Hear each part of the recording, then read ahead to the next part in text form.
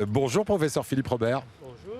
Alors je le disais dans le sommaire, vous êtes le directeur du centre mémoire de l'université Nice-Côte d'Azur. On décrira un petit peu les activités de ce centre mémoire et notamment les ateliers mémoire que vous organisez là-bas. Mais juste avant, regardez ce sujet qui parle de la retraite, du bien vieillir en pleine forme. Et puis nous, on va se focaliser sur la forme de notre mémoire juste après avec vous. Regardez. La retraite, d'où ça vient ? Le mot vient du latin trahere qui veut dire tracter et du préfixe re qui signifie retour en arrière. En gros, quand on part à la retraite, on arrête simplement de tracter notre travail jour après jour. Fini la vie active, place au congé payé à plein temps. Mais soyons justes, c'est un repos bien mérité. En France, les premiers retraités de l'histoire sont les marins. En plus d'avoir un super uniforme, ces petits vénards ont droit à une pension de retraite depuis 1673 en raison de la difficulté de leur métier. En 1930, on copie les Allemands et on instaure la retraite par capitalisation, ce qui veut dire que chaque salarié cotise pour sa propre retraite. Mais après la guerre, c'est le Big Bang, avec la création de la sécurité sociale. Oui, artisans, ouvriers, paysans, c'est la retraite. Ceux qui sont au boulot cotisent pour leurs aînés, c'est ce que l'on appelle la retraite par répartition. Mais comme on vit de plus en plus longtemps, le nombre de retraités augmente plus vite que celui des gens qui cotisent pour payer leur pension.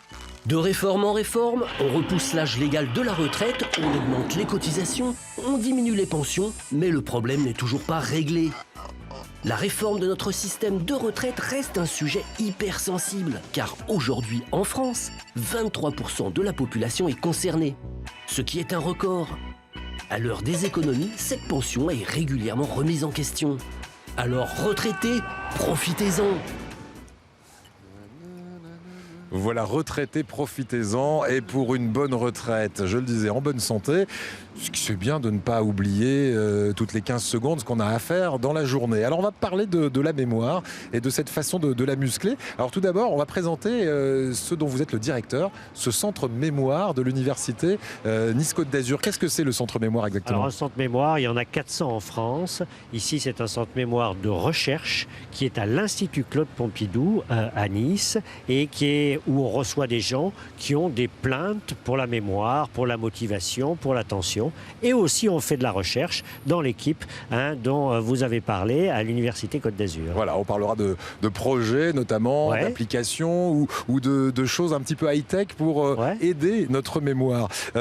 Juste avant, dites-moi ce qu'on fait dans ces ateliers mémoire que vous organisez. Alors, c'est pour le grand public. Est-ce qu'il faut être absolument un petit peu défaillant au niveau de la mémoire pour venir assister à ces ateliers, ou est-ce qu'on peut venir simplement muscler sa mémoire ? Alors à Nice, les ateliers mémoire, ils ont une histoire. Ils ont commencé en 2013 et ils sont organisés par la ville de Nice. Et c'est des ateliers, des groupes. Pourquoi ? Parce qu'ensemble, c'est mieux. Voilà. Donc, c'est mieux de s'organiser comme ça. Et dans ces ateliers, effectivement, on fait des exercices, ou je devrais dire plutôt des jeux, pour stimuler sa mémoire, son attention, sa concentration, ou se donner, et ce qui est très important, des stratégies pour aider sa mémoire. Alors, des stratégies, on va trouver dans un instant avec vous des trucs et astuces, mais juste avant, comment consulter ? Quels sont les signes avant-coureurs qui doivent nous alerter sur le fait qu'on aurait peut-être un petit problème de mémoire, parce que des fois, on s'alerte un peu trop vite. Alors, c'est toujours le problème. Est-ce qu'il faut que je consulte pour un diagnostic ou pour de la prévention ? Sur les personnes qui viennent au centre mémoire, eh bien, la majorité sont pour des pathologies. Alors, ce qu'il faut, c'est pas s'inquiéter pour une simple petite trouble de mémoire parce qu'on a fait 5 émissions de télévision dans la journée, mais plutôt se dire quand ça a des conséquences, ces troubles de la mémoire, sur son adaptation dans la vie de tous les jours. Voilà, c'est ça. À ce moment-là, je pense que, et surtout si on a un certain âge, c'est bien de venir consulter pour au moins se faire donner des conseils. Pas forcément pour avoir un diagnostic ou des médicaments. Alors un diagnostic, ça se passerait comment ? C'est un dépistage, il y a un questionnaire ? Alors, si vous voulez, le diagnostic, ça se fait bien sûr en entretien, on discute, on est des êtres humains. Et puis on a des tests dits tests neuropsychologiques. Et ces tests, ils peuvent être réalisés par des psychologues qui sont spécialisés, mais aussi ils sont de plus en plus utilisés en utilisant des tablettes, des applications numériques. Et enfin, dernière chose, quand il y a une difficulté importante, eh bien, on peut demander aux personnes de faire des épreuves d'imagerie cérébrale. Vous avez tous entendu parler de l'IRM, du TEP ou d'autres choses. Alors, vous parliez d'appli. Si je vous demande trucs et astuces pour entretenir et prévenir la perte de mémoire, ces applis, elles sont intéressantes vraiment ? Oui, elles sont intéressantes. Ce qu'il y a d'important, c'est qu'elles soient basées sur des règles fondamentales. La première règle fondamentale, c'est aider sa mémoire d'une manière externe en ayant des notes, par exemple. C'est à faire des associations au sein de son cerveau entre le nom de l'émission et ce que je vais pouvoir dire sur l'importance des groupes.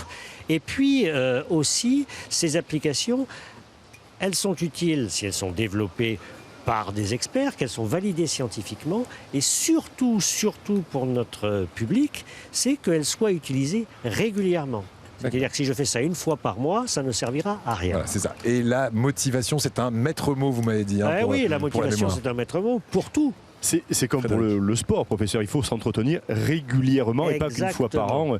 Je envisage de faire un marathon et je ferai une l'année. Non, c'est pas bon. Donc toutes les semaines, je pratique ou tous les jours un petit peu. Moi, ce que je dis aux personnes qui viennent me voir, c'est kinésithérapie, c'est la même chose. Là, on a dans le cadre un jongleur qui s'entraîne parce qu'il veut être au top tout à l'heure. Exactement. C'est Robin, d'ailleurs, on ira le voir tout à l'heure. C'est un entraînement régulier. Et pour la mémoire, pareil. Bien, une dernière chose. Je sais que vous êtes sur des projets. Alors, au centre de mémoire, quels sont les projets sur lesquels vous planchez? Les projets, justement, c'est de développer des applications qui, à la fois, stimulent la mémoire. Comme le professeur Kawashima, par exemple, c'est une des premières applications pour la mémoire qui existe. Qui soit plus basée sur des arguments scientifiques que commerciaux. Et puis, qui stimule la motivation. Et un projet qu'on a et qui, j'espère, verra le jour d'ici la fin de l'année, c'est d'associer ces jeux, ces applications avec ce qu'on appelle la stimulation cérébrale transcrânienne par des petits courants électriques. Et c'est des choses qui sont non médicamenteuses, mais qui peuvent tout à fait être utiles en termes de prévention, mais surtout pour les personnes qui ont déjà des troubles. Voilà, stimulation transcrânienne, ça picote un petit peu au niveau du cerveau? Non, même pas. C'est indolore. Et dernière question, est-ce que, parce qu'on se la pose tous, demain, un médicament contre Alzheimer, ça pourra exister? Demain, non. Dans quelques années, oui. Mais avant cela, je vous dis, toutes les approches non médicamenteuses peuvent tout à fait être utiles, surtout en termes de prévention. Et puis, dernier message, profitez comme nous du soleil, parce que c'est aussi très bon pour le cerveau. Ah, c'est vrai. Eh bien, écoutez, voilà un autre conseil pour terminer. Merci, professeur Robert.